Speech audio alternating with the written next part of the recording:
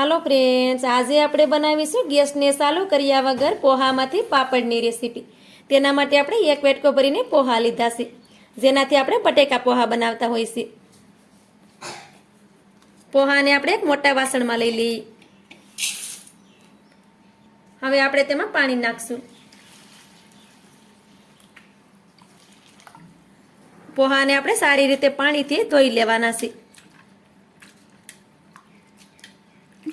પોહાને આપણે આ રીતે 3 થી 4 પાણી ધોઈ લેવાના, જેથી કરી તેમાં સ્ટાર હોય તે બધો નીકળી જાય। પોહાને આપણે 3 થી 4 વાર પાણીથી ધોઈ લીધા છે। પોહાને આ રીતે સારી રીતે ધોઈ લેવાના, નીર પાણી થઈ જાય ત્યાં સુધી આપણે પોહાને ધોઈ લેવાના। હવે તેમાં આપણે થોડુંક પાણી નાખી દેશું। હવે આપણે પોહાની ઉપર ઢાંકણ ઢાંકી દેશું અને ઢાંકણ ઢાંકી અને તેને 10 મિનિટ સુધી આપણે પલાળવા દેશું। પોહાને આપણે 5 મિનિટ સુધી પાણીમાં જ રાખી અને પલાળવા દીધા છે। ત્યાર પછી આપણે પોહાને જોઈ લેશું તો આપણે પોહા છે તે પણ સારી રીતે ફૂલી ગયા છે। હવે આપણે આ રીતે ગવણી લેવાની અને તેને કોઈ પણ વાસણમાંથી રાખી દેવાની, પછી તેમાં બધા પોહાને નાખી દેવાના છે। હવે પોહાને આપણે આ રીતે 2 મિનિટ સુધી રહેવા દઈએ, જેથી કરી તેમાં પાણી છે તે બધું નીકળી જાય। પોહાને આપણે 2 મિનિટ સુધી રહેવા દીધા હતા તો પોહામાંથી બધું પાણી નીકળી ગયું છે। હવે એક વાસણ લેવાનું અને પોહાને તેમાં નાખી દેશું। હવે તેમાં આપણે થોડાક લીલા ધાણા નાખી દેશું, થોડાક આપણે ચીલી ફ્લેક્સ નાખશું। તમારે ચીલી ફ્લેક્સ ન નાખવો હોય તો તમે લીલા મરચાં હોય તેને ખાંડીને પણ નાખી શકો, કેમ કે પાપડ થોડાક તીખા હોય તો ખાવામાં સારા લાગે છે। અડધી ચમચી આપણે જીરું નાખી દેશું, સ્વાદ પ્રમાણે આપણે મીઠું નાખીએ। હવે આપણે બધી વસ્તુને સારી રીતે મસળવાની છે। તો આ રીતે તેને મસળી લેવાનું।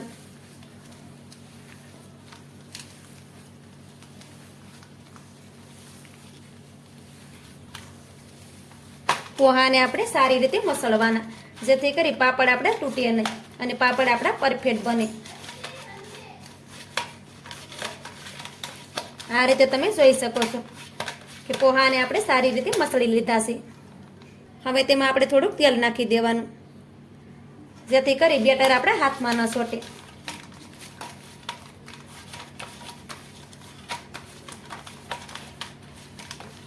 આ રીતે પોહાને મસળી અને રેડી કરી લેવાના। તમે જોઈ શકો છો કે આ એકદમ પરફેક્ટ બની ગયું છે। આમાં આખા કાંઈ પણ પોહા નથી દેખાતા। પોહાને એકદમ સારી રીતે મસળવાના, તો જ પાપડ છે તે પરફેક્ટ બનશે। પોહાને તમે સારા નહીં મસળો તો પાપડ ફાટી જશે, તેનું ખાસ ધ્યાન રાખજો। હવે આમાંથી આપણે પાપડ બનાવીશું। પહેલાં તો આપણે હાથને સાફ કરી લઈએ। પાપડ બનાવવા માટે આપણે નાના નાના લુવા કરી લેવાના। તો આ રીતે નાના નાના લુવા કરી લેશું। તેમાં આપણે તેલનું મોણ દીધું છે, એટલે પોહા છે તે હાથમાં બિલકુલ પણ નહીં ચોટે।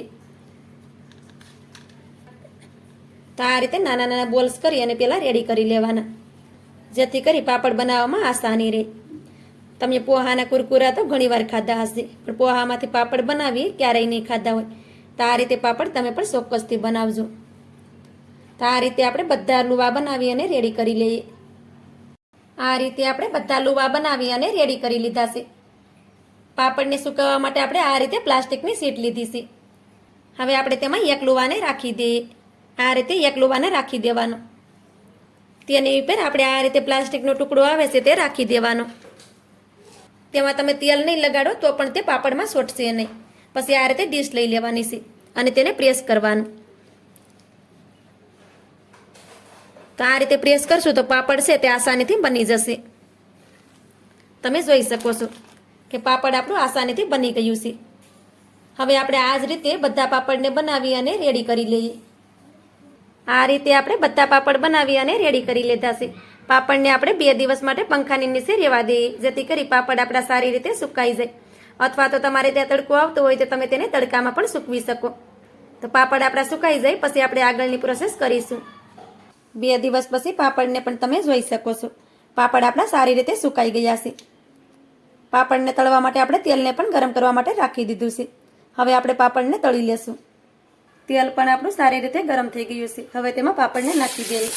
પાપડને બંને સાઈડ પલટાવી આ રીતે પાપડને આપણે તળી લેવાનું। આ પાપડને તળાતા ઝાઝો ટાઈમ લાગતો નથી। ગેસની ફ્લેમને આપણે ધીમી રાખવાની, નકર પાપડ છે તે આપણા બળી જશે. પાપડને તમે જોઈ શકો છો કે પાપડ ફૂલી અને ડબલ થઈ જાય છે. પાપડને આપણે એક થાળીમાં કાઢી લઈએ. હવે આપણે આ જ રીતે બધા પાપડ તળી અને રેડી કરી લઈએ. આ રીતે આપણે થોડાક પાપડને તળી અને રેડી કરી લીધા છે.